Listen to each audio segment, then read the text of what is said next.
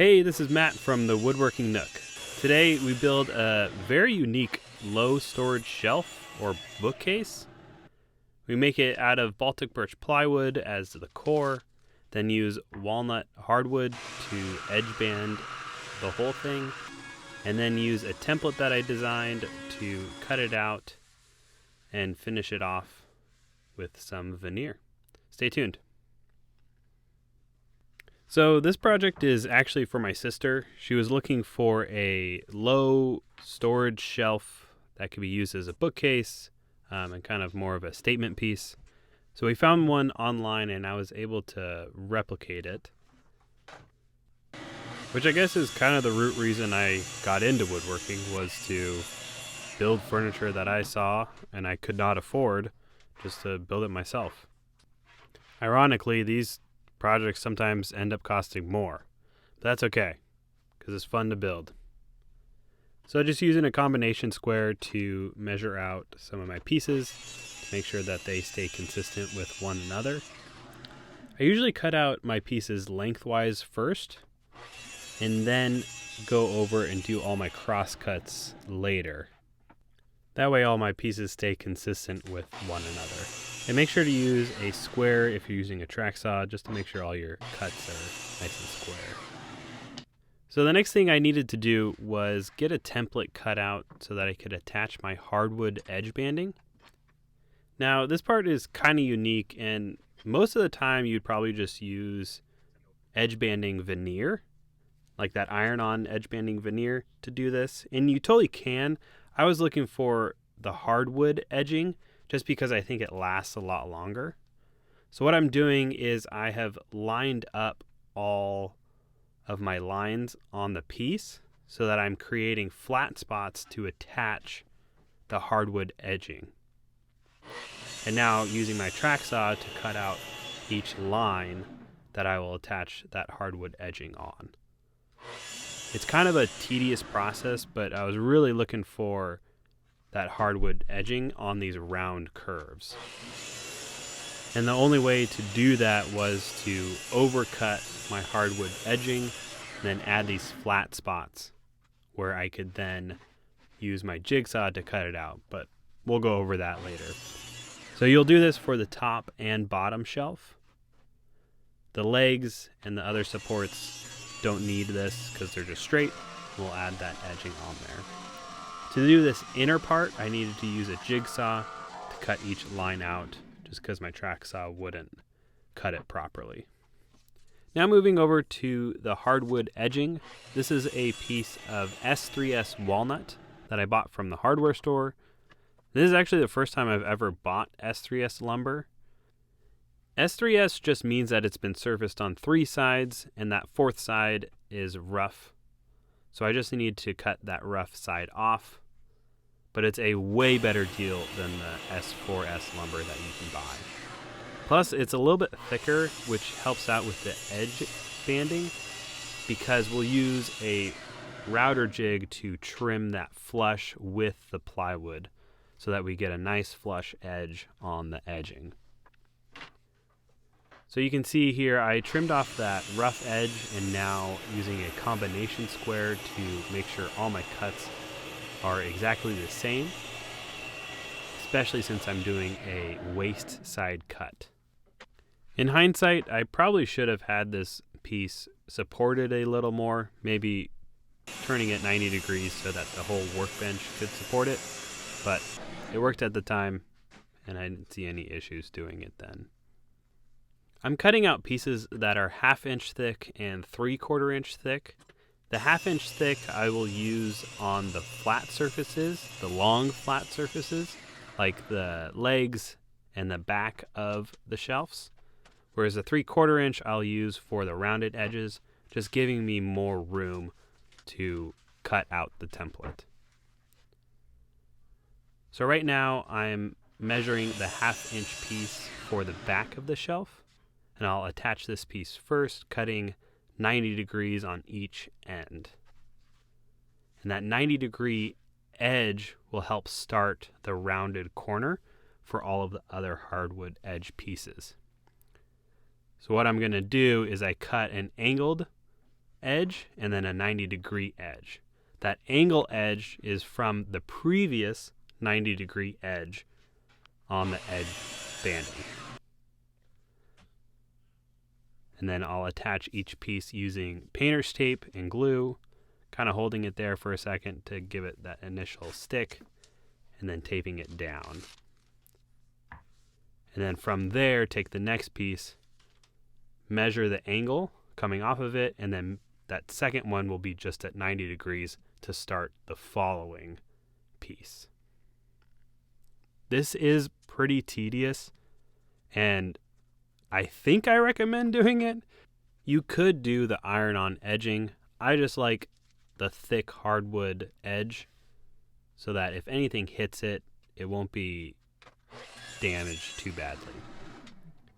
And then the support pieces also need to be edge banded as well. Just taking those 1/2-inch pieces and using glue and painter's tape to get those all attached. And then I'm going to leave these overnight to fully dry. After those have fully cured, the next step is to flush trim all of the edging. Now this will give us a nice flat surface to adhere the veneer onto. And what I'm going to do is I'm going to use this router jig to help flush trim all of the edging off. And since there's a little bit extra hanging above the plywood, it makes it nice and easy to flush trim this off. I made this router jig on my own. They do sell them out of plexiglass, and I do recommend getting that because you'll be able to see through the top, as opposed to what I'm doing right now is trying to look through the bottom to see how I'm doing. After a while you do get a little better, but being able to see through the top would help make this process a lot easier. Another thing you want to watch out for is making sure the router doesn't tip while it's still on. This will create a little divot in the plywood that you'll have to fix later on.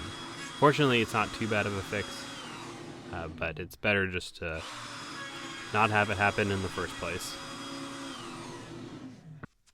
So on the longer, shorter piece, I needed to use a flush trim bit because that router jig would not fit in between the two edge banding pieces. So I needed to use a flush trim bit to take off this edge.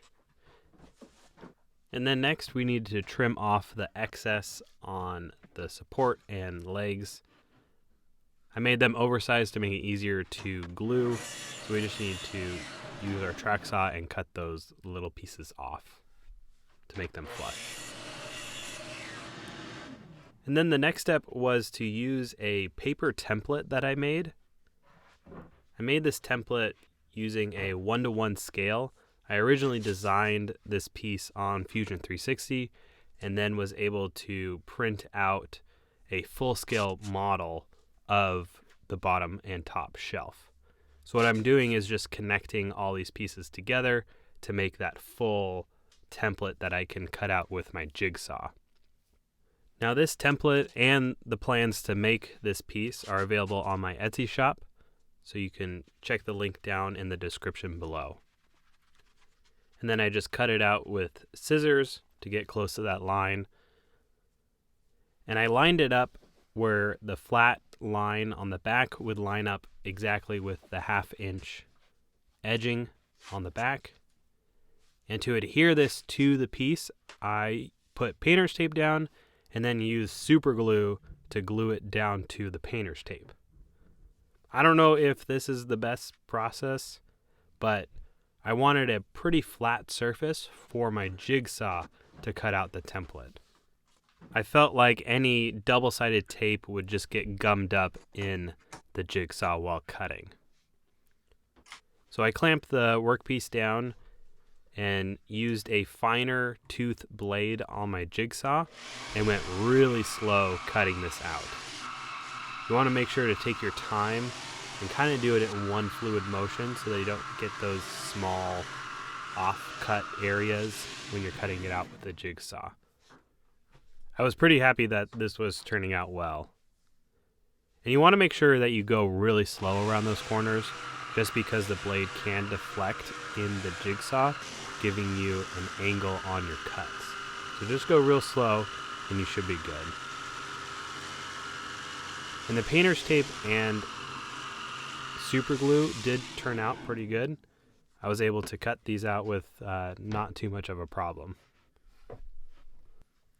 And since we lined up the template with the back edging, we only need to cut out that front area and not that back line. So once it was all cut out, we can remove the template and remove all the painter's tape. It was kind of like unwrapping a present. And it turned out pretty well. Next, you'll want to do the same thing for that top shelf, lining up each piece on the template, cutting it out, and gluing it down to the workpiece. The template works by lining up the numbered squares in each page to each other so that it creates that full rounded template. When cutting the top shelf out, I did get more deflection on this piece. I think it's because I was rushing a little bit and it's a tighter curve. So making those tighter curves with the jigsaw, you just want to go extra slow. And then remove all the paper from the top piece. If there are any high spots that you kind of missed or messed up with the jigsaw, you can use a sander or a belt sander to kind of fix those up. There were some areas in the back where I didn't kind of connect properly to that flat back edge. From there, you want to sand each piece to get ready for the veneering process. There were a couple spots where I did make divots in the plywood, so I just used super glue to kind of fill those in and then sand it flush so that you could not feel it. When veneering, it requires a completely flat surface, so you want to make sure any of those divots or voids are all filled in with either Bondo or super glue or whatever you use to fill those gaps. And then just finishing up the sanding on the edge, since this will be the easiest time to sand each piece. After you're done sanding, you'll want to get out your veneer. This walnut veneer is from GL Veneer that I had left over. That's why it's kind of an odd shape right now. This piece of walnut veneer is plain sliced and has the 10 mil paper backing on it. I'm just using a straight edge here to cut out each piece along with a razor blade. I overcut each piece by about an inch. That way I have a half an inch around all four sides to give me some wiggle room. I also cut out the veneer with really sharp scissors. Since it has that 10 mil paper backing, I believe if you have really sharp scissors, you can cut it out this way. You just do run the risk of splitting it in areas that you don't want it to be split. The next step is to glue the veneer. Now, I didn't know that this was a hot topic until I made my coffee table video, but I use contact cement when gluing my veneer. I learned the process from John Peters of Longview Woodworking to use contact cement when gluing veneers, and it's worked out great for me so far. And there are many other processes to gluing veneer, and it is something that I want to try out next, but this process works great for me, so that's what I'm going to do. So we first apply that first coat of contact cement on the substrate and then on the backing of the veneer as well. I use a water-based contact cement so that I can kind of keep on to my brain cells a little longer. Another scandalous thing that I'm doing is I'm only veneering the top of this bottom piece. And that's because you won't see underneath the bottom shelf. And since it's plywood, I've never had an issue with just veneering the top. But just know that some people like to do both sides. This is another trick that I found recently, was to use wax paper in between the substrate and your veneer so that you could slowly pull out the pieces while gluing the middle out. So you want to make sure you make good contact with the middle and then slowly pull it out so that you can make good contact and keep all those air bubbles out of your piece. This makes the process a lot smoother and a lot easier. So I highly recommend doing this. After you get the veneer onto the workpiece, you'll want to use a J-roller or a piece of wood with a rounded edge to make sure it's completely adhered to your substrate. And then just repeat the process for all pieces. This top shelf, I will be veneering the top and bottom. And it takes about 15-30 minutes for this glue to dry, at which that point you can adhere it together. So it doesn't take too long to do this process. And in between dry times, I keep my paint roller in a plastic bag so that it stays nice and moist. And you can reuse those pieces of wax paper. I guess in this case, I did use parchment paper, so you can use wax paper or parchment paper.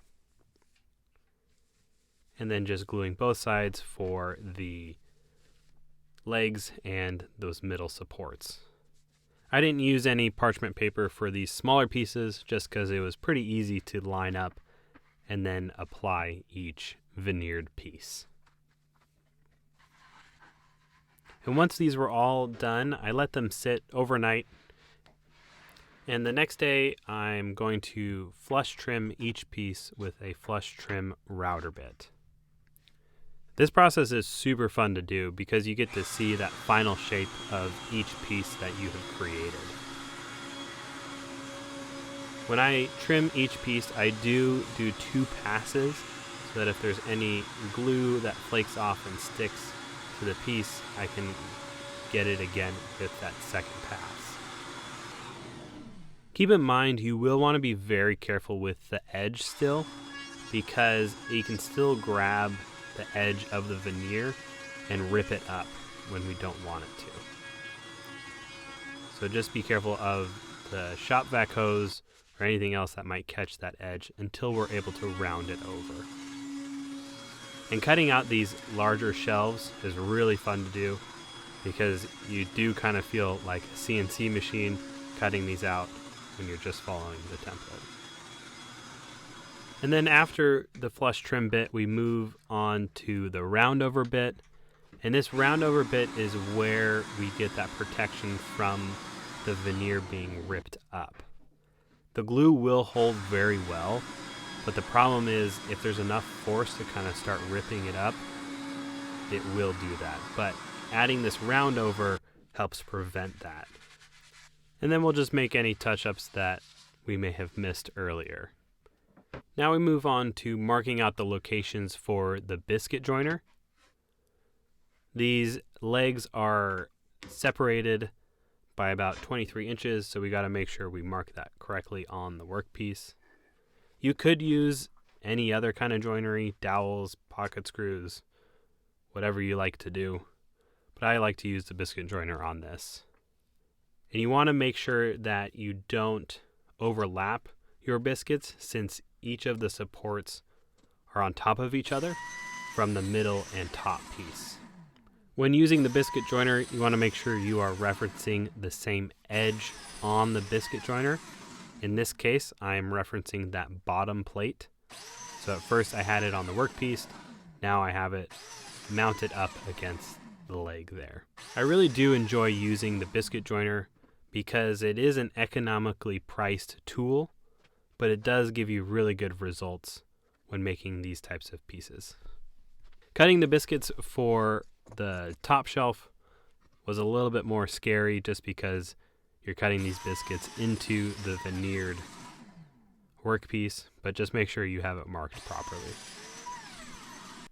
And once the biscuits are cut, you want to make sure you do a dry fit before gluing the piece, just to make sure everything fits in there properly, and then remove everything once you are ready for glue. Now, I ended up taping these bottom pieces for the glue up to avoid the squeeze out that I had to clean up, but didn't end up doing it for those middle pieces just because I was able to use that straw method to get all that glue squeeze out.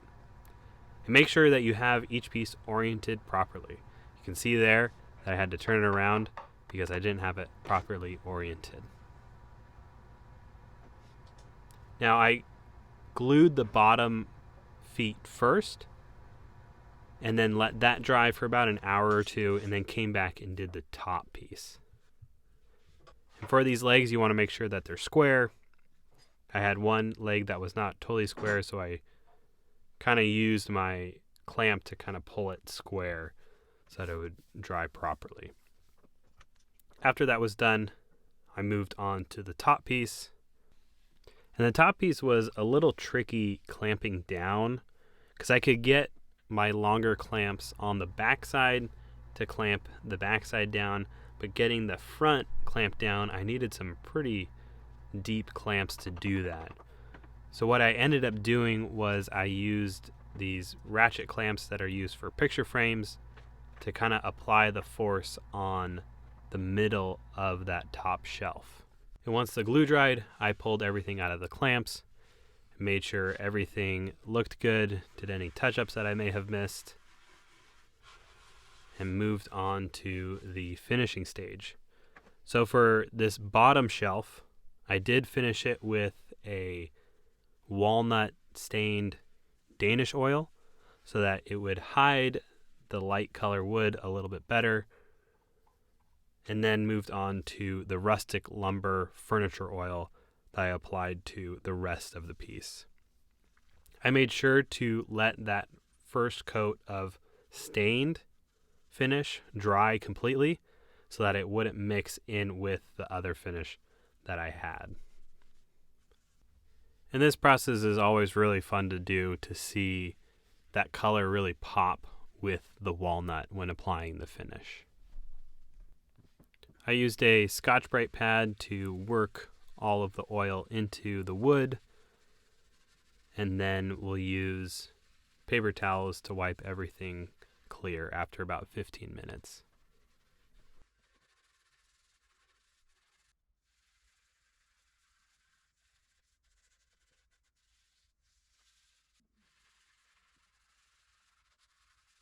And I think this project worked out pretty well. I think the hardwood edge banding is going to last a long time, and I think this piece will be enjoyed for a very long time. Remember that there are plans available in the description below, so if you want to build this yourself, go ahead and check out those plans. And I'll see you all on the next video.